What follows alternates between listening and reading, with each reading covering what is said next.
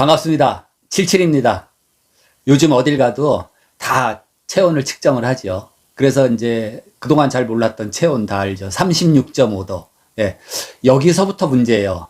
과연 그 실내 기온이 몇 도가 적당할 것이냐. 그리고 과연 우리 실내에서 기온만이 우리 실내 느낌에 영향을 줄 것인지 그런 의문이 생기는 겁니다.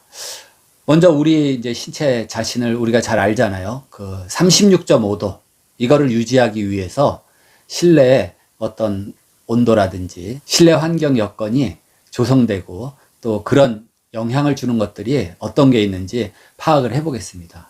그래서 지금부터 말씀드리는 이런 요소들 잘 조절을 하면은 아주 쾌적한 실내 될 수가 있어요. 그러니까 채널을 고정하시고 보시기 바랍니다. 근데 어떤 분들은 구독을 누르면 뭐 무슨 비용이 나가는 줄 알아요. 그래서 구독 누르고 알람 뭐 이런 거 좋아요 이런 게 다 그냥 무료입니다. 꼭 좀 누르고 봐주시기를 바라겠습니다. 첫 번째가 그 실내 기온입니다. 실내 기온은 보통 18도씨에서 한 26도 이 사이가 좋습니다. 특히 우리나라는 축복을 받아서 사계절이 아주 뚜렷한 그런 나라이기 때문에 이 여름에 그 좀 알맞은 실내 온도와 겨울에 알맞은 실내 온도가 좀 다르죠. 그리고 또 여름, 겨울 또 옷 입는 양도 좀 다르기 때문에 실내 그 쾌적 기온이 좀 다릅니다. 겨울은 외기온도 낮고 또 옷을 좀 두툼하게 입으니까 실내 기온이 한 18도에서 22도씨가 좋고, 여름에는 옷도 좀 얇게 입고 바깥도 더우니까 실내 기온이 한 22도에서 26도 사이 그 정도가 좋습니다. 이런 기온의 그 숫자는 교과서상에 그 세계 또 공조협회라든지 우리나라 공기조화 냉동협회 이런 데서 권장하는 기온이에요. 근데 이제 우리나라 주거 환경이 주로 공동주택, 그러니까 아파트에서 많이 살잖아요. 근데 특히 아파트가 겨울철에 실내 그 기온을 너무 높여놓고 있는 그런 경향이 많아요. 우리나라 경우. 그래서 뭐 한겨울에도 뭐 반팔, 민소매 이런 거 입고 실내 기온을 굉장히 높여놓는데 건강에도 안 좋고 국가적으로나 개인적으로 에너지 낭비가 좀 심하게 되죠. 그래서 겨울철에는 한 18도 내지 22도. 사실 한 18도 정도, 20도 정도 되면 조금 썰렁한 느낌은 있어요. 그래도 건강에도 좋고 또 국제적으로 그 권장하는 겨울철 실내 온도입니다. 그럼 실내 뭐 기온만 잘 이렇게 조절을 해 놓으면은 그 쾌적한 실내가 될 수 있을까? 여기에 대한 그 의문점을 갖게 되는데요. 실내 쾌적에 영향을 미치는 온열 요소는 몇 가지가 더 있습니다. 그 두 번째가 습도예요, 습도.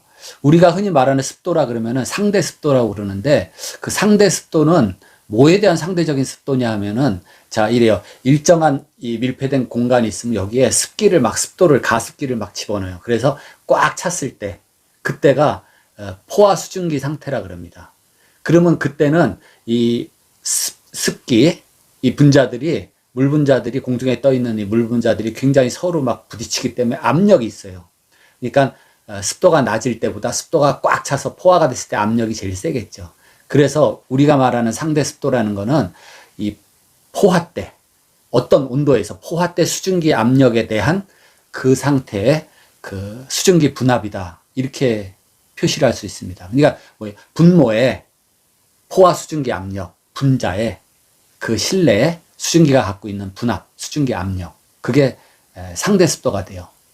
뭐 조금 그냥 뭐 복잡한 개념이니까 이해가 안 되셔도 괜찮고, 어쨌든 실내에서 이 습도가 또 영향을 많이 줍니다. 보통 40% 상대 습도 40%에서 70% 사이가 쾌적한 습도다, 이렇게 말할 수가 있어요. 근데 또 실내 기온에 따라서 이 습도가 조금 다릅니다. 기온이 조금 낮을 때 한 15도씨다 그러면 상대 습도 70%, 그 다음에 뭐 한 20도씨다 그러면 상대 습도 한 뭐 60%, 그리고 기온이 좀 높아요. 24도씨 이상 되면은 한 상대 습도는 40% 정도가 됐을 때 쾌적하다, 이겁니다. 그러니까 다시 말해서 기온이 좀 높으면 습도가 좀 낮아야 좋고, 기온이 낮으면 습도는 조금 높아도 쾌적한 밸런스가 생긴다, 이겁니다. 그래서 기온이 딱 알맞아도 습도가 좀 너무 높으면 답답하거나, 또 우리가 인체가 더우면은 이렇게 땀이 좀 나기도 하고 그런데, 습도가 예를 들어서 뭐 포화 상태 100% 습도다 그러면은 증발을 하겠어요? 전혀 증발을 못 하죠. 빨래도 안 마르고. 네, 그래서 굉장히 습도도 우리 실내의 어떤 온열 환경에 영향을 많이 미친다. 이렇게 알아두시면 됩니다. 습도 정도는 여러분들 특히 뭐 지금 관련 학과 학생들이나 건축과 또 뭐 기계과 설비과 이런 학생들은 상대 습도가 뭐냐? 그럼 명쾌하게 딱 답이 나와야 돼요. 포화 수증기 압력에 대한 현재 수증기 분압이다. 이렇게 딱 명쾌하게 답이 나와야 됩니다. 근데 우리 일반인들은 그냥 몰라도 돼요. 우리는 습도하면 그냥 상대 습도입니다. 세 번째는 복사열입니다. 복사열. 그래서 실내 환경에서는 이 복사열을 주벽의 온도다 이렇게 얘기합니다. 주벽의 온도. 그치? 저도요, 이 방 안에 이쪽, 뭐 뒷벽, 이 앞에는 창이지만은 이렇게 벽체로 돼 있는데 실내 이 기온하고 벽의 온도가 너무 차이가 난다. 그럼 우리가 그 불쾌함을 느낄 수가 있어요. 어떻게 느끼냐? 그 기를 느낍니다.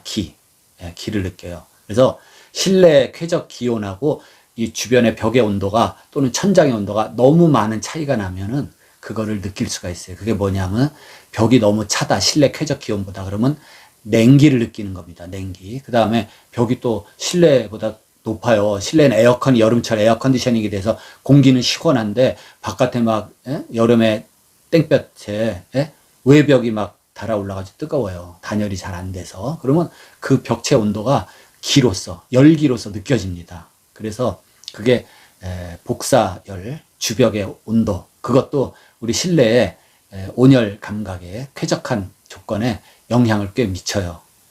그래서 모든 물체라든지 우리 인체도 그렇지만은 다 각각의 고유의 온도를 갖고 있어요. 그래서 온도가 높은 쪽에서 온도가 낮은 쪽으로 기를 통해서도 온도가 전해지는 겁니다. 그러니까 우리는 태양의 열기, 태양의 기를 받고 있잖아요.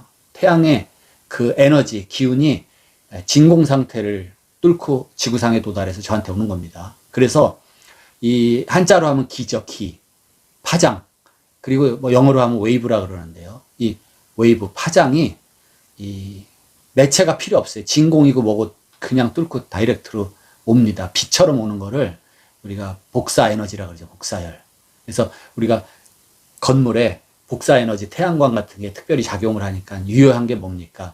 이거를 반사시키는 금속 막, 은박 호일이라든지 알루미늄 호일, 이런 것들이, 그리고 뭐 열반사 단열재가 다 그거예요. 알루미늄 호일 막 같은 걸로 돼 있죠. 그래서 그거는 열 전도성 단열재하고 다르게 복사열을, 파장, 빛을 막는 그러한 역할을 하는 게 열반사 단열재다.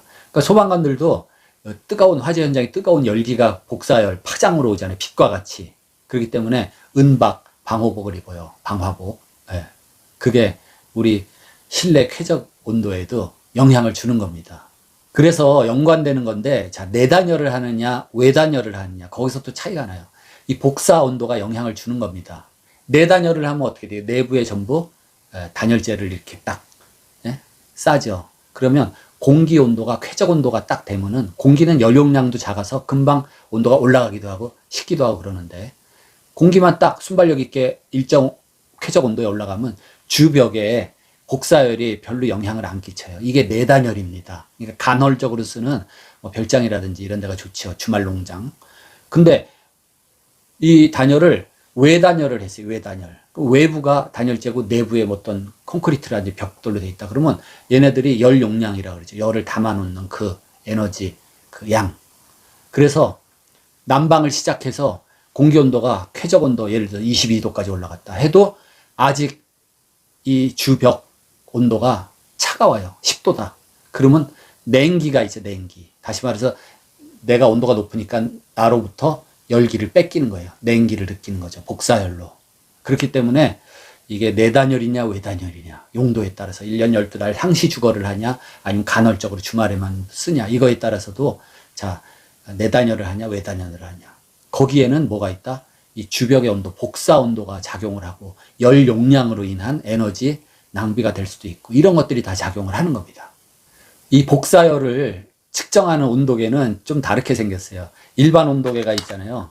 일반 온도계가 있으면은 여기 감온부라 그래서 여기에 알코올 온도계 같으면 여기에 이제 알코올이 들어있고, 근데 복사열을 체크하는 온도계는 이 일반 온도계에 이렇게 동그란 직경 한 10cm 정도의 구리공으로 이렇게 딱 구리공에 이렇게 꽂혀 있어요. 구리공에. 그리고 구리공 표면은 어떻게 돼 있어요? 까맣게 코팅이 돼 있죠. 에너지를 흡수하는 거예요. 그쵸? 검정은 100% 흡수입니다. 반사 아니죠. 그래서 주벽에 빛처럼 오는 파장, 그 웨이브 에너지를 측정할 수 있는 거예요. 구리공, 글로브 온도계가 복사열을 측정하는 온도계가 있습니다. 흔하지 않고 잘 못 보신 분들이 많아요. 그 다음에 네 번째는 기류입니다. 기류. 지금 이 공간에도 그냥 공기가 딱 정체되어 있는 건 아니에요.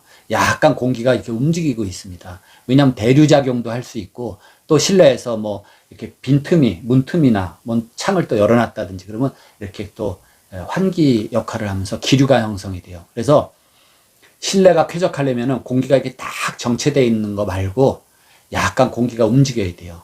가정을 해서 그렇진 않겠지만 이 공기가 여기에 딱 그냥 머물러 있다고 생각을 해보세요. 그러면 내 뺨, 요 표면에 있는 저는 36.5도니까 여기보다 항상 높지요, 제가. 그렇기 때문에 열을 항상 이렇게 방출을 하는 겁니다.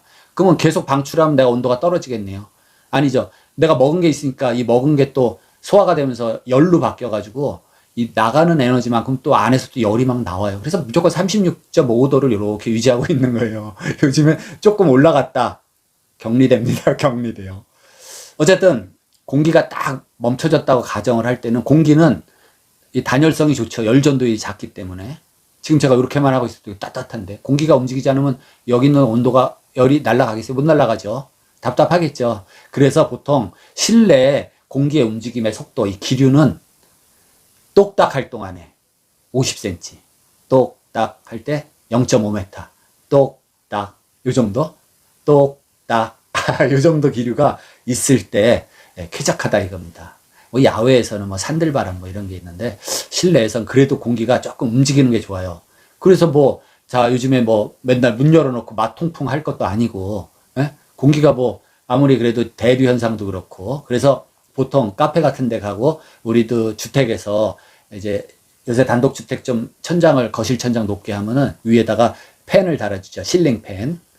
걔가 그거예요. 걔가 뭐 시원하라고 선풍기처럼 막 바람을 부는 게 아니라 은근히 돌아가면서 실내 기류를 형성해 주죠. 그렇기 때문에 보통 실링팬은 바람개비가 일루도 돌고 반대로도 돌아요. 다시 말해서 바람이 이렇게도 내려오지만은 바람이 또 이렇게도 올라가기도 해요. 근데 뭐 무슨 바람개비가 천장으로 하냐 그러지만 그거는 실내 기류를 이렇게 만들어주기 위한 것이다. 이렇게 알아두시면 됩니다. 그래서 또 쾌적하기 위해서는 실내 기온, 그 다음에 실내 습도, 또 뭐예요? 주변의 복사열, 그 다음에 네 번째 이 실내 기류, 똑딱 할 동안에 50cm 똑딱 이 정도 기류가 이렇게 돌고 있으면은 쾌적하지 않겠냐 이겁니다. 근데 이러한 기준도 조건에 따라 좀 다르죠. 우리가 뭐 옷을 겨울철에도 그래요. 뭐 얇게 입고 있는 그런 사람들도 있지만은 에너지 절약을 위해서 스웨터도 입고 이렇게 뭐 좀 조끼도 입고 겨울에 이렇게 있으면은 실내 온도 낮아도 되겠죠. 낮아도 돼요. 그거 참 권장할 만합니다. 근데 실내에서 반팔 입고 자꾸 온도를 올려요. 그러면 또 그게 그 옷차림은 그게 쾌적한 온도가 되겠죠. 열 손실이 좀 있지만은. 그 밖에 뭐 또 자기 고향에 따라 다 달라요. 아프리카 사람들 우리나라에 와서 일 많이 하고, 우리 현장에도 가나에서 온 분이 있어요. 가나에선 선생님인데 뭐 현장에서 일 안 할 때는 또 영어도 가르치고 그래요. 근데 엄청 추위를 못 견뎌 하는 거예요. 더운 나라에서 와가지고. 그리고 뭐 서울에도 함경도에서 온 분들, 이 정도 추위는 추위가 아니라 그래요. 뭐 겨울에, 이거 봄날이라는 거죠. 서울의 겨울은. 그렇듯이 자기 고향에 따라서 또 틀려요. 또 몇 년 전인가 네팔에서, 뭐예요. 그냥 몇십 년 만에 한파가 왔다는 거 아니에요? 그 한파가 영상 4도에 여러 명이 동사를 한 적이 있어요. 그래서 자기 고향, 기후에 따라서 또 느끼는 온도 감각이 다 다릅니다. 지금 이제 코로나 때문에 비대면이고 또 재택근무도 늘어나고 그랬어요. 그렇기 때문에 앞으로 미래에 굉장히 유망한 직종 중에 하나가 실내 디자이너입니다. 실내 디자이너. 자, 재택근무를 하고 다 각각 자기 공간에서 이제 일을 하고 이러다 보니까 어떻게 주택이라든지 자기 집, 재택이니까 자기 집에 이렇게 좋은 환경을 만들고 거기서 업무를 보면 더 좋지 않겠어요. 그렇기 때문에 이 실내 디자이너들이 굉장히 바빠질 것이다. 또 각광받는 직업이 아니겠느냐 이겁니다. 그래서 다음 시간에는 실내 디자이너에 대해서 또 우리나라 이 국가기술 자격도 있고 그래요. 그래서 실내 디자이너가 하는 일이라든지 또 국가 자격증을 따는 그러한 방법에 대해서 좀 소개를 드리겠습니다. 오늘은 마치겠습니다. 다음 시간에 뵙겠습니다. 고맙습니다.